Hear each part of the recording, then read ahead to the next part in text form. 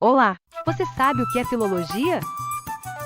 Podemos dizer que a filologia é a ciência que estuda o texto escrito no âmbito de sua produção material, bem como da sua transmissão através do tempo e da sua edição. O estudo desses textos escritos de diversas épocas e lugares da civilização humana revelaria e explicaria aspectos históricos da sociedade a qual esses textos foram produzidos. Desse modo, cabe ao filólogo a arte da atenta leitura filológica realizada em cada documento pesquisado. Mas afinal, o que seria essa atenta leitura filológica? Quando o filólogo tem em mãos um documento histórico, um texto para estudo, seja ele literário ou não, ele adentra na linguagem que pode estar oculta, disfarçada ou, por vezes, incompleta. Através de sua lupa e de seu olhar atento, o filólogo desvenda a história social por trás de cada página escrita.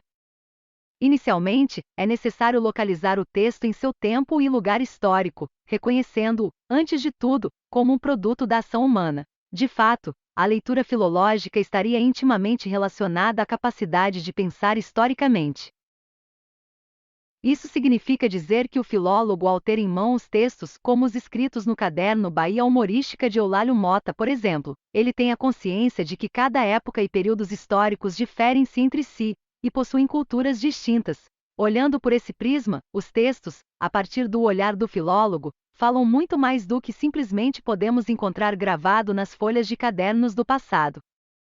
Passam pelo olhar do filólogo, o contexto de produção, recepção e circulação desses textos na sociedade. Ou seja, implica saber de que maneira esses textos foram produzidos, a partir de quais materiais e instrumentos, de que maneira eles eram recebidos e circulavam na sociedade. Ao filólogo implica fazer algumas perguntas ao documento como o que, como, quando, onde, por quê e quem escreveu determinado texto, e estar atento às pistas que ele apresentar como resposta. É como se o texto fosse apenas uma parte de um quebra-cabeças, sendo necessário montar todas as peças para que se possa visualizar o todo, para finalmente compreender a imagem por completo. Todas essas peças do quebra-cabeça auxiliam o filólogo em sua atenta leitura filológica para descortinar o porquê determinado texto nos interessa. Afinal, todo texto encontra-se marcado de maneira histórica, política, social e cultural. A leitura atenta é imprescindível ao filólogo no momento da edição, para que seja respeitado o lugar sócio-histórico do documento, vendo-o sempre como um produto da atividade humana. No caso específico dos causos sertanejos de Eulálio Mota, é importante sabermos que eles foram escritos em um caderno de manuscritos, que se trata de um rascunho de textos repletos de rasuras, emendas e borrões. Além disso, que os causos, originalmente, nasceram de performances orais, que foram transpostos da língua oral para a escrita.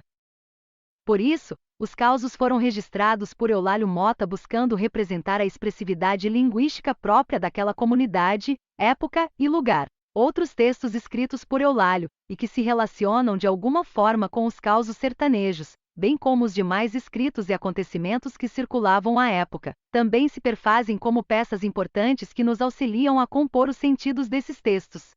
Ao apresentarmos os causos sertanejos de Eulálio Mota através de uma plataforma digital, nos preocupamos em trazer não apenas os códigos linguísticos transpostos do papel para a tela, mas, sobretudo, os facsímiles do caderno, com a caligrafia do autor, com suas rasuras e borrões, suas indecisões e imprecisões, suas escolhas e arrependimentos. Enfim, sua humanidade. Ademais, é importante apresentar os fatos históricos, sociais e políticos que permeavam a década de 1930, assim como outros textos, de autoria ou não de Eulálio Mota, e que se relacionam direta ou indiretamente com os causos. Todos esses elementos compõem o painel que auxilia em nossas construções de sentido. Desse modo, o laboratório do filólogo passa a ser também, de certa maneira, o nosso laboratório, o laboratório do leitor. Agora é só abrir os causos e embarcar nessa viagem histórica e cultural. Vamos nessa?